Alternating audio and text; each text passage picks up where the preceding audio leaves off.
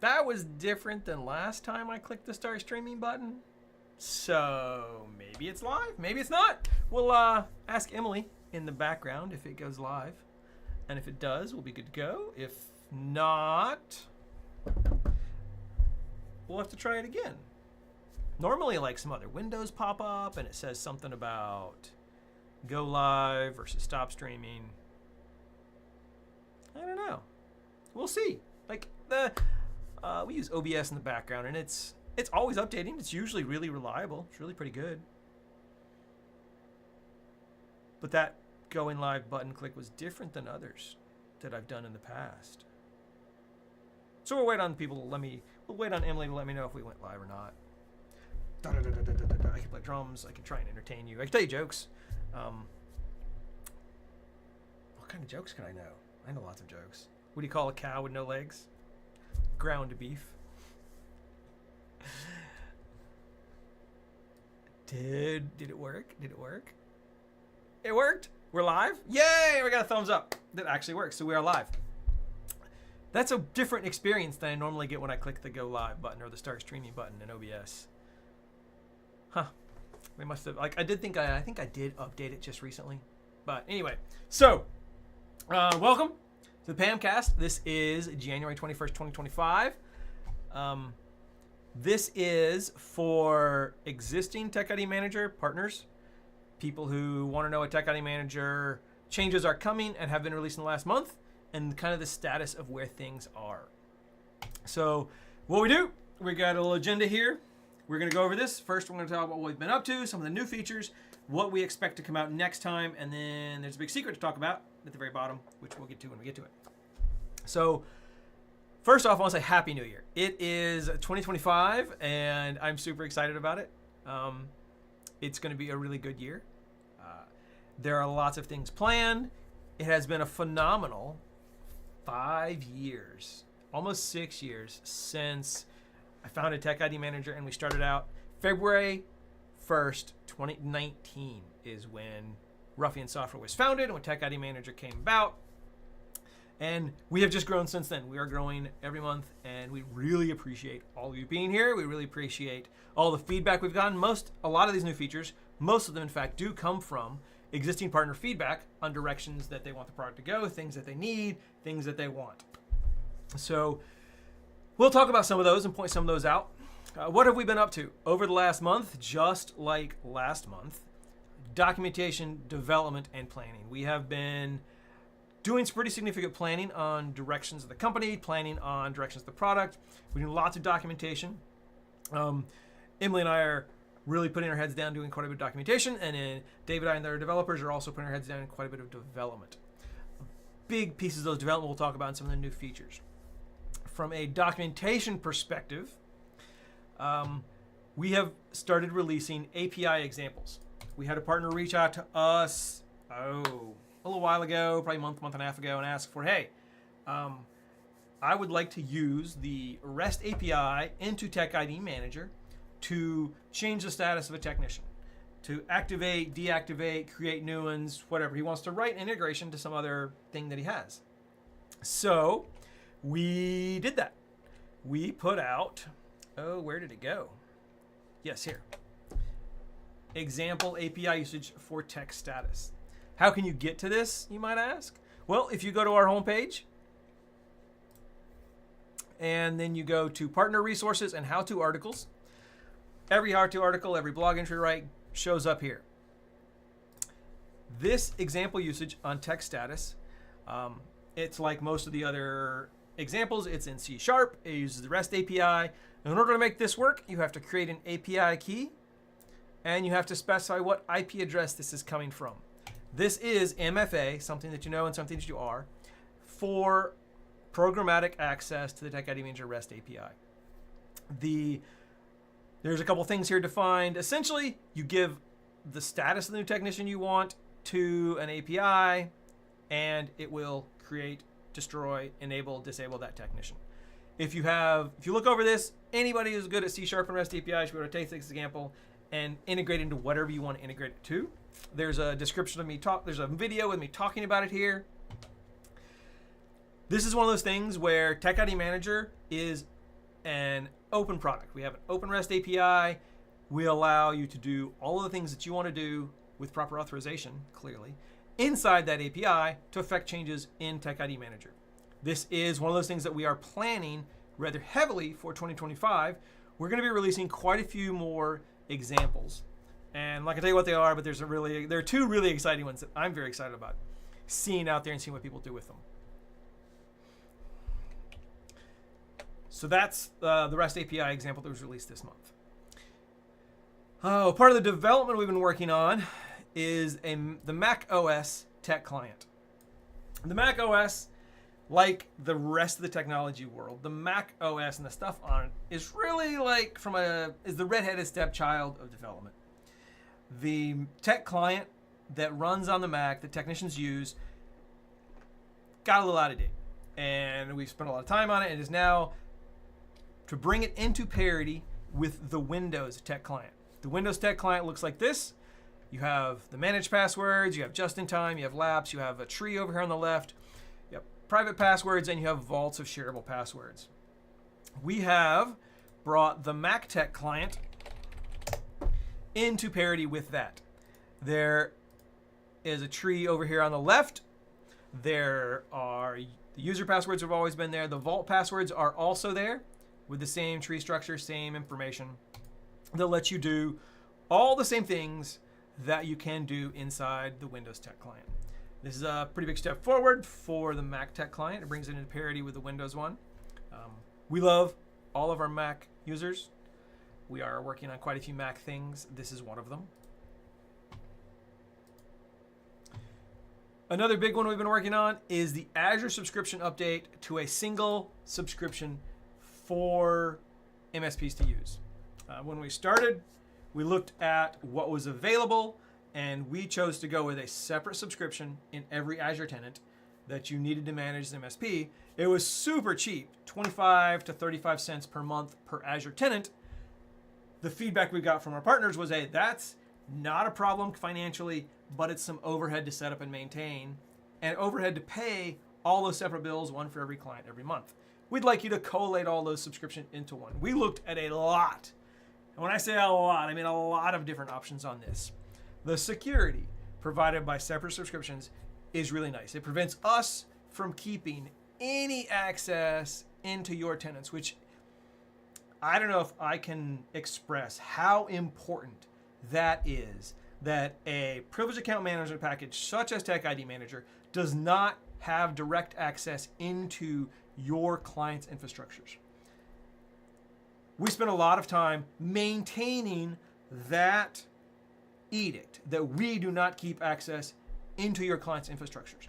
Anyone that asks for a global admin password into one of your tenants, anyone that says, hey, you give us an admin password, we'll set that up. If they suggest that you set up enterprise subscriptions directly to the code that they're executing in their tenant and their servers, that is, in my humble opinion, and I'm going to specify this my humble opinion, that is a recipe for disaster to collate all of that access into one vendor's database, into one vendor. We refuse to do that. Completely refuse. So what we've done is you can set up one subscription in your Azure tenant. All the secret information, all the keys, all the access in the other tenants gets that set up from the functions in your tenant into your client's tenants. Our servers are out of the way. We have no access into any of that. That does mean that you are going to pay approximately 25 to 50 cents per month per tenant, but you're only paying that in one subscription inside your Azure tenant that you're in charge of. This should greatly simplify the Azure subscription billing. It keeps all of that security in place. It does make it a two-step install. First, you set up the primary or base install. We're changing the terminology from primary, secondary to base and link. And you'll see that in part way. It's still pre-release, so we're still working through all the documentation on it. But you set up a primary install into your tenant. This is the actual code that executes. This is your piece that actually keeps all the access, and we don't have any access to that. Then you set up linked or secondary installs into each of your client's tenants, and your base install reaches out to those. and we don't have any of the access. I don't know if I can specify that enough. Maybe it's me getting on my high horse about security and who has access versus who should have access versus who chooses to use or not use their access. There's a whole rabbit hole there that I'll not go down today. Suffice it to say, we are here to help. This is pre-released. Quite a few people have it installed. It's working for quite a few. It's working for them.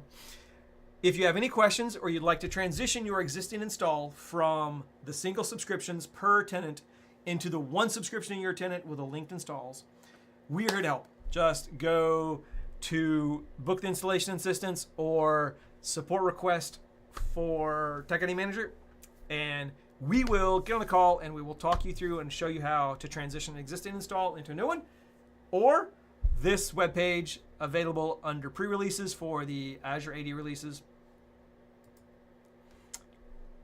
4.2.5 covers all of that. How to do it, what it's done. It has the install files, and this link is me talking about how to install it. This works for both GCC and 𝗂𝘁cie High inside Azure.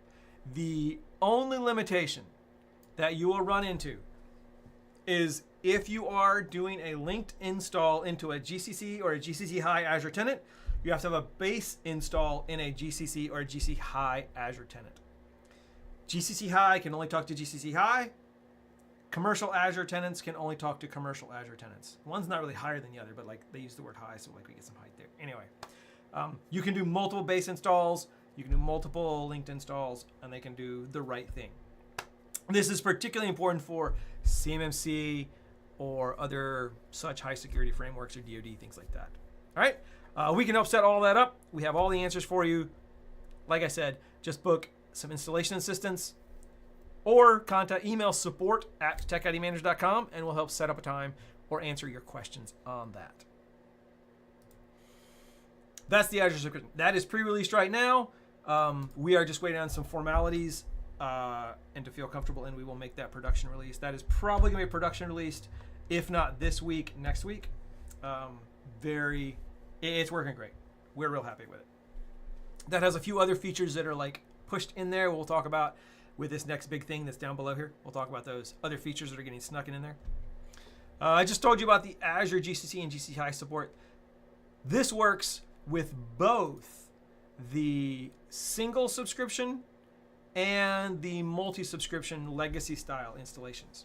You can do the base installation linked to itself, or you can do a legacy install of the Azure TechIDManager agent into any tenant still. So if you still want to do a single function, like say you have, the use case for that is you have one 𝗂𝘁cie High tenant client and a bunch of commercial tenant clients. Well, you could install the legacy style in the GCC and the base linked in the others and get all the same functionality. There are lots of options. If you have questions, support@techidmanager.com.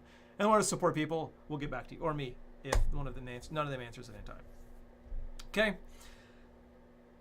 We've also been doing a lot of development on some other features that aren't listed here, that are in the works. And they're going to come out next time. So we'll talk about the stuff that we're looking at to release, that we'll talk about next month, that we'll release over the coming month. The mobile app for Android and iPhone. This is done. It is almost all the way through internal testing. It is an update to .NET 8. It adds vaults. It adds TOTP. It adds a lot of things to the mobile app. And the biggest hurdle really is I need to go get us a Google Play Store account and get it listed there. That's really pretty much what we're waiting on. So other than that, it looks better. It is a little faster. It's better. It's got more options in it. It does more. It looks a little different. There's some real good features in there, and that's coming. It's been coming for a while. It's been done for a while. It just hasn't bubbled to the top in a priority list to get the time it needs for one of the developers or me to go do the Google Play Store thing that needs to happen. The update agent service. This is also done. It's in internal testing. This is I'm excited about this. I'm also apprehensive about this. We have always had several guiding principles, and one of those is that we don't do remote code execution. This does add the ability to remote code execution to TechIDManager agents. I am both excited that that will keep agents up to date and apprehensive that that does, like all auto update, all remote code executions, it does have some inherent security risks. That is one of the reasons why it's been listed on the next time part of the slide for a couple months now, is we are pretty seriously checking out and making sure that this is not going to be a problem. Auto update for every company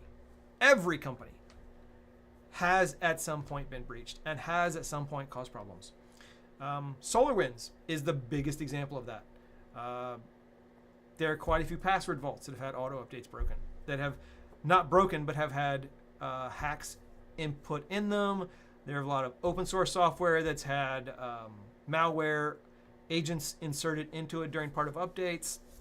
The auto update process, where you take code from the internet and download and run on your computer, arbitrary code, even if it comes from a trusted source, arbitrary code execution on a local machine, is one of those things that is just, if you don't get the heebie-jeebies when you look at code that does that, you're not a true security professional, in my humble opinion. So we're working on it. We're going to try and make it as secure as possible, and it is going to be optional. You will not be required to use our auto update agent to update the domain service. The domain service and the updating agent will be separate pieces that you install, and they will work together, or the domain service will work separately if you want to be in charge of that update process and vetting executables before they go out, and a lot of those other like really responsible security things that the more security conscious MSPs do. That was a lot of talking and a lot of personal insight about the auto update agent. Domain service updates. We have quite a few domain service updates. That's the Windows agent, the domain agent, that are in the works. Quite a few of them are the part of the 6.0 feature set. Oh, which is that, I just kind of gave it away. The last thing down there. TechIDManager 6.0. We have 5.0 has been out for a while. It is pretty mature. We have come up with a feature set that we want to, that's significant enough to roll the version number and call 6.0. As part of that, let's talk about a little bit of the way that a lot of companies do version naming and updating. A lot of companies are marketing driven, sales driven, so that they will change the name of something. They'll rebrand something just to get attention, just to make it seem bigger than it is. What we are doing is we're a development-led company. We are partner-focused, feedback-driven. We add features as we get them done. We write the feature, we test it, we roll it out. And when we have rolled out what we think, or when we're about to roll out what we think is a big enough feature to change a number, we change a number. Or if there's some internal reason to change that number, like the API versions used by 5 or by 6 are different, so we need to roll a version number so that internally, like from a programming perspective, a development perspective, it makes sense to have a new version number. There are some of those changes coming for 6. So for TechIDManager 6.0, there are some pretty significant feature increases, enhancements. I'm not gonna tell you what they are. I'm just gonna tease you and say that it is coming, and there are a lot of things that people have asked for that we're very excited about. I saw this recently. Somebody sent me an email on LinkedIn and were like, oh, I have some groundbreaking things. And I asked, well, what groundbreaking things do you have? And it was clearly an AI spam bot trying to get me excited about something that wasn't really groundbreaking. So I'm not going to use the word groundbreaking. I'm just going to say we have quite a few changes that we are excited about that really step up features and functionality for TechIDManager coming as part of version 6.0. Okay? I'm excited about it. So what we're going to do is we're going to roll out these 6.0 features, and they're going to be in the high numbered 5x versions. I think 5.4.25, 5.435 for the domain service will come out next week, and that will have quite a few of the 6.0 features in it, but it won't have them all. And when it has them all, we'll roll it to version 6.0. The management console and central host will probably roll to version 6.0. If not next week, the following week, and then domain service will roll right after that. There are lots of big things in there. Most of them are done. Most of them are done in there. You just can't use them because the agents or the tech client doesn't have them client facing yet. So that's kind of where that is. And I'm super excited about 6.0. I'm super excited about all the big version number changes. When it went from I remember when it went from 1.0 to 2.0. God, what feature? I don't remember what feature that was. But I was super excited because it was a big feature at the time. And now it's one of those like, oh yeah, we've done that forever kind of features. And I am sure in a couple years when I look back and be like, oh, I remember in 2025, we released 6.0 of TechIDManager and we're on like 8.0 or 9.0 now. I'll be like, oh yeah, I remember that little feature set. I remember being so excited about it. Yeah, that's me. I get excited about development. Yeah, so that's where we are. And that's the things. To recap real quick, we've been doing development documentation and some planning, mostly technical planning on what's going to be released this year. New features of the REST API text status example. If you have any questions or if you have a use case for the REST API that you can't quite figure out from the Swagger documentation, or you're not sure if TechIDManager can do it or not, contact us and we will write you an example and show you how it can do that, or we'll put it on the roadmap and figure it out. There's some nice, the next REST API example that's coming, I'm kind of excited about. It'll be fun. macOS Tech Client, if you want to be part of test flight, email support@techidmanager.com and let us know that you want to be part of the test flight for the macOS Tech Client.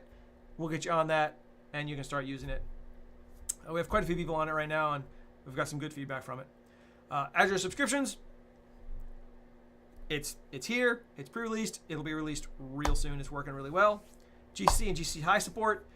We have GCC and GCC High support, as well as if you are a self-hosted client and you want to use Azure Single Sign-On to a Management Console instance via GCC High, we also have that. That's been there for a while. Just let us know if that's something that interests you. Next time, mobile apps, Azure updates, or the update agent service and the domain service updates. Super excited about 2 of the domain service updates in particular that I think it will be also when I can tell you what they are. And they're also part of the 6.0 changes that are coming. Super excited about them. Anyway, all right. So I'm glad you were here. Because to wrap this back around at the beginning, because of the way OBS started the stream, I don't actually see any of the comments or any of the doobly-doos down below right now. So I can't tell if anybody had any comments or questions.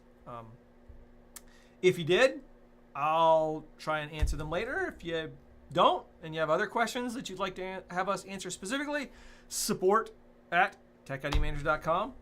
Thanks for being here. We appreciate all of our partners, and we will see you in a month for the next PAMcast. Hope you're enjoying your safe privilege accounts. Have a great day.